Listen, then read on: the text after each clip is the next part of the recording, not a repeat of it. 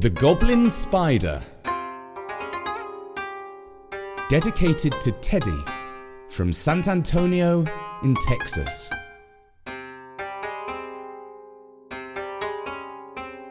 Hello, this is Richard, and I'm here with a creepy-crawly tale from Japan. Several ancient books tell tales of the goblin spiders that used to live in Japan. This is one of those stories. It is a little creepy, so if you really don't like spiders or scary stories, perhaps this tale is not for you. Some people say that there are even goblin spiders around today, though they are very rare. During the daytime, they look just like common spiders. But very late at night, when everybody is asleep and there is no sound, they become very, very big and do awful things. There was once, in some lonely part of the country, a haunted temple. No one could live in the building because of the goblins that had taken it over. Many brave samurai soldiers went to the temple after taking an oath to fight and kill the goblins. But they were never heard of again.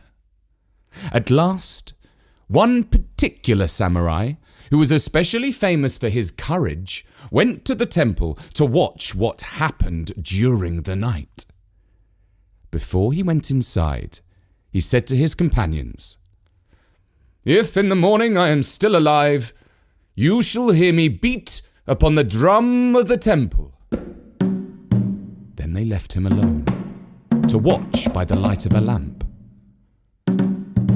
As the night came down, he crouched under the altar, which supported a dusty image of Buddha.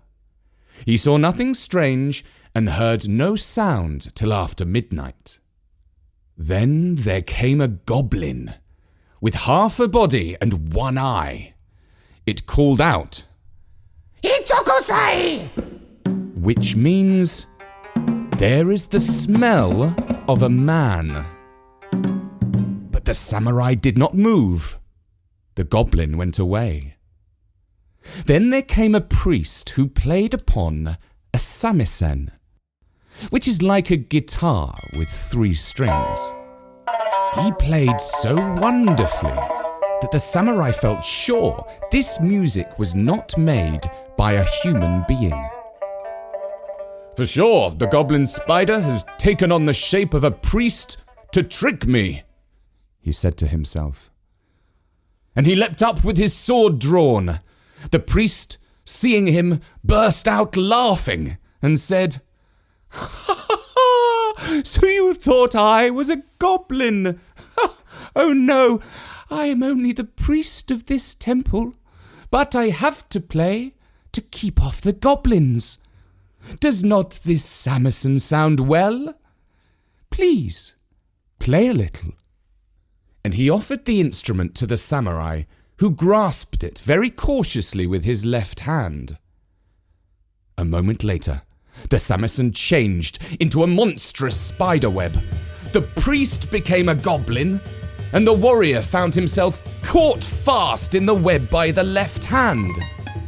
He struggled bravely and struck at the spider with his sword and eventually wounded it.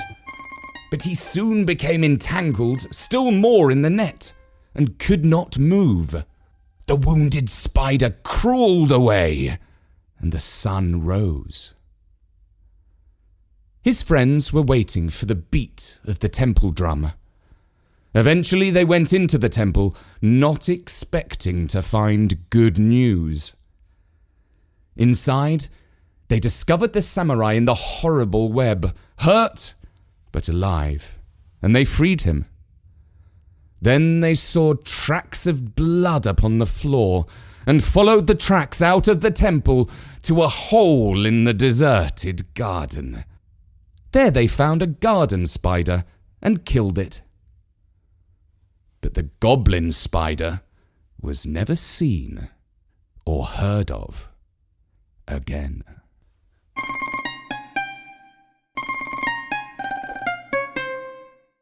And that was the Goblin Spider. And we are delighted to dedicate this story to Teddy, who likes stories that are a little bit spooky. Teddy, we really hope this did the trick for you. Thank you to Teddy's family for supporting us.